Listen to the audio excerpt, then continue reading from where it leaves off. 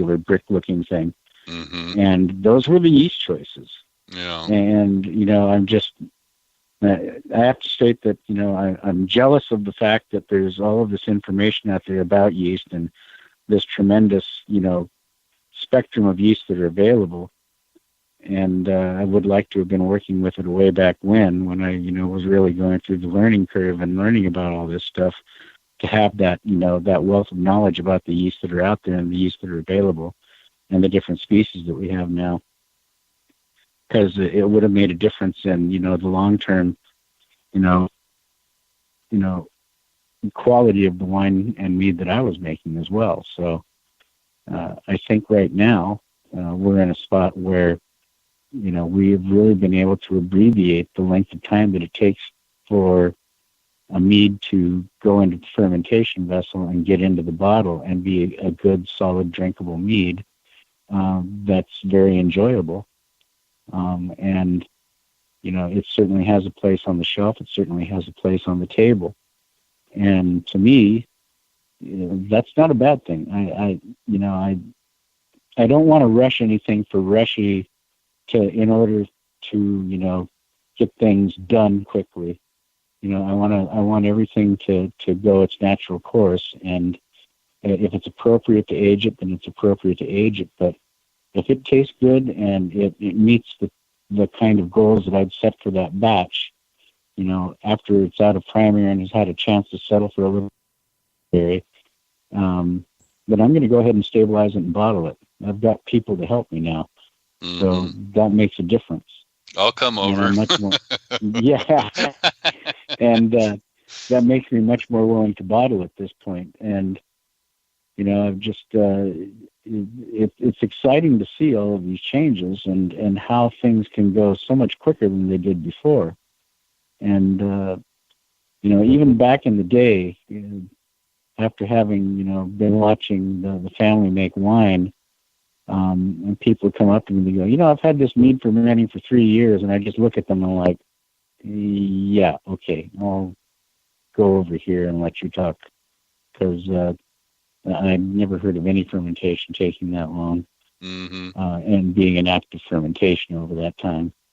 There are some exceptions to that, but it just made no sense to me that they'd be saying, it took 3 years and it was finally done. It's all like, yeah, and it probably tastes like gack. Yeah, exactly. The yeast are all autolyzed and everything, and so...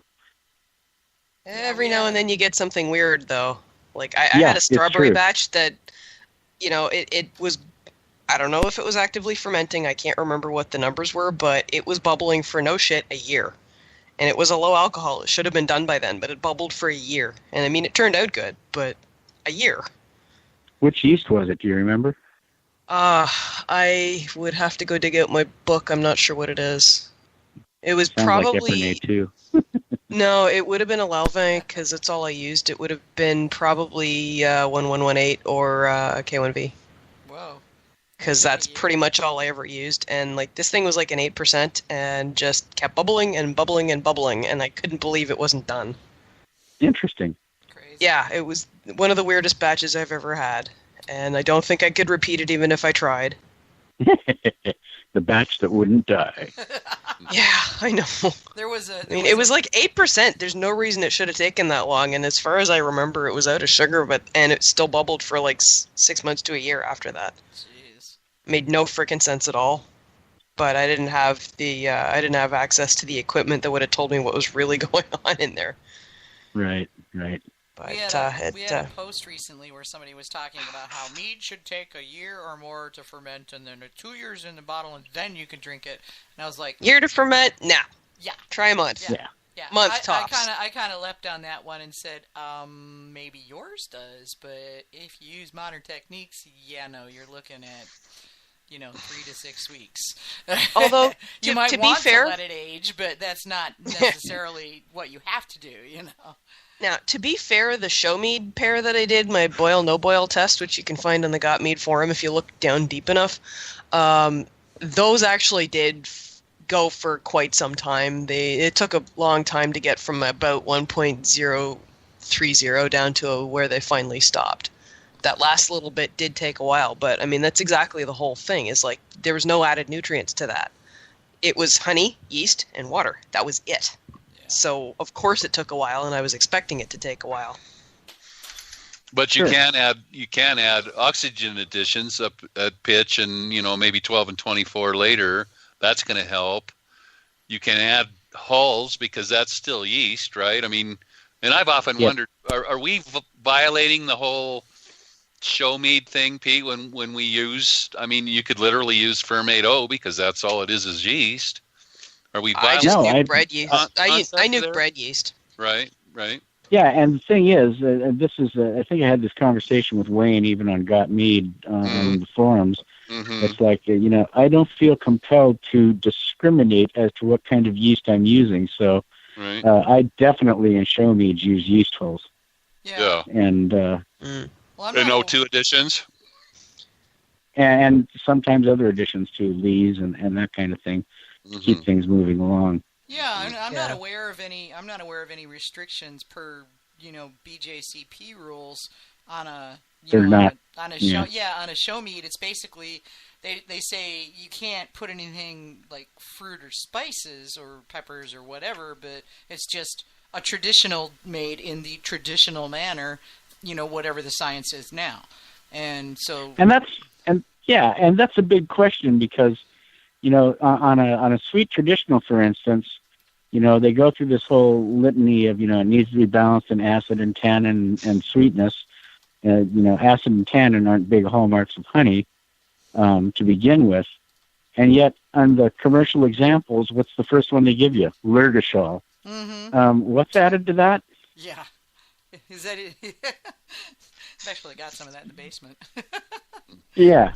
And so it just speaks to the definition of traditional. And that's kind of one of the things that I'm going to be talking about in February up at UC Davis with the styles and style guidelines and such. Traditionals, people are like, okay, traditional is water, yeast, and honey. Well, is that a traditional or is that a show mead? Well, if I use orange blossom honey and just yeast and water, then that would be a show mead. I go, no, that would be a varietal show mead or a varietal mead because you're calling out the kind of honey. If it's a blend of honeys, then it would be a traditional. But traditional means different things in different places. In Europe, traditionals would have meadowsweet, mugwort, and a bunch of other stuff in it, historically, or from wherever you are geographically, some of the different things are going to be around there, whether it's spice or whatever, to make a traditional, quote-unquote, mead. It didn't mean traditional as in, like, just honey, water, and yeast. It meant traditional is that this is what we traditionally make as mead, and this is what we like. It didn't necessarily mean that it was just this, that, or the other thing. And then they have a definition for show mead in there of just honey, yeast, and water. Traditional for a blend of honey or a specific honey, yeast, and water, but, the nutrients or whatever you want to throw in there to keep the fermentation happy and healthy. So, traditional is, to me, a category that is, probably should be split up into quote-unquote traditional meads, which can have any number of ingredients as long as they're, number one, not overshadowing the honey, number two, not in any way, shape, or form guiding you in the direction of one of the other ingredients other than it adds to support the honey, and number three, certainly not something that's just going to take it over completely. So, that's kind of where I get to when I'm making traditionals too. Is it's all like, again, after sitting down and tasting the honey and knowing what it tastes like, I will make very small tweaks to it to kind of, get that honey to pop, rather than trying to, make it more chocolatey or more coffee or more vanilla or more fruity or whatever. Again, it's just very small adjustments to bring it back to where the main flavor profile of the honey is, and give it some depth. I think that's the important thing, is the depth and balance. We spoke about balance, trying to learn the different fractions to make a balanced mead last week, actually, on our podcast. Oh, there you go. Great. Yeah. I have a question. I was fortunate enough in past histories to be able to speak with professional musicians because I worked for a production company and had some friends or whatnot. And I was always curious when I had an opportunity to talk to somebody, one-on-one for a little bit. One of the things I was always interested and excited to find out and ask them, and so this is a question to you personally, I would always ask them, now that you are like a guitar god, what do you practice or what are you learning?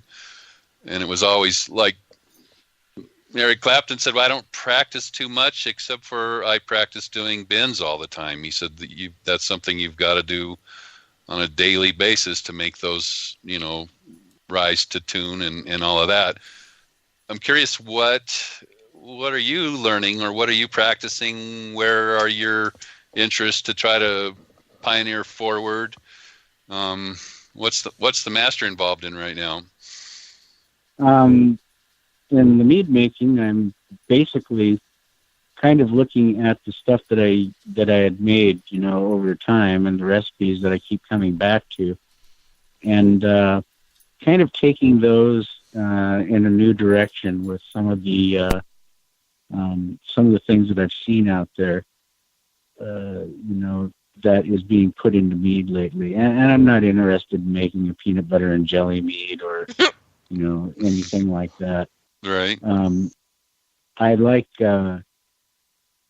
making mead that is notable. So to me, that means when you taste it, you go, oh, that's not what I expected, or oh, this has got a lot of layers and it's very integrated and it's very complex. I'm looking for different ways of adding flavors and different ingredients to add those flavors that I hadn't looked at before. And, one of those was, I was talking earlier about, adding, cocoa nibs and vanilla and some of the other spices that are available out there. And I'm going back and re-examining some of the things that I've done and thinking, I'm wondering if I do this, this, and this to it, what that's going to change. I'm looking for bigger palate presence, a wider flavor profile, and a longer finish with development on the finish, and changes in the retronasal as the finish goes on and on and on. And generally, when I make a mead, it's going to be a medium plus to heavy body, to full body, I should say. I like a mead that's got good weight and presence on the palate, as well as a good long lingering finish. So while I enjoy session meads, and they're great to drink on hot days, it's not what I'm going to sit down and take to the table with me and sit down and look at a bottle and drink it. I'm going to drink something that's got, some guts to it, as I like to say. Something to chew on for a while, huh? Exactly. Mm-hmm. And so that's kind of the direction that I'm taking my stuff now. And I've just gone through a little bit of a modernization process on my little mead making space. And I'll take some pictures of that and send it to you. I'm not a big picture taker when I'm making mead. I don't like to take pictures of my mead and put it up there. Look, it's bubbling. Look, it's turning right. Look, it's doing this. Look at it bubble. Look at it off gas. Look at it do this. Look at it do that. I think that's great, and I do have some pictures like that. But it's like, okay. That's kind of really beginner interested things. to see the 10 millionth picture of somebody's batch. Mm-hmm. And listen, I'm not bashing on people that do that because they're new, they're excited, right. It's something neat, and they want to share it, Sure. and that's totally great. And I have zero problem with that. It's just, to me, it doesn't hold my attention anymore. Yeah. It's like I hear you. It's like the last thing we've all been there, done that. Well, the last thing I want to do when my hands are all sticky and covered in honey and there's splashes on the floor and everything is go get the camera. Yeah, exactly. So Danny just posted a picture of a batch.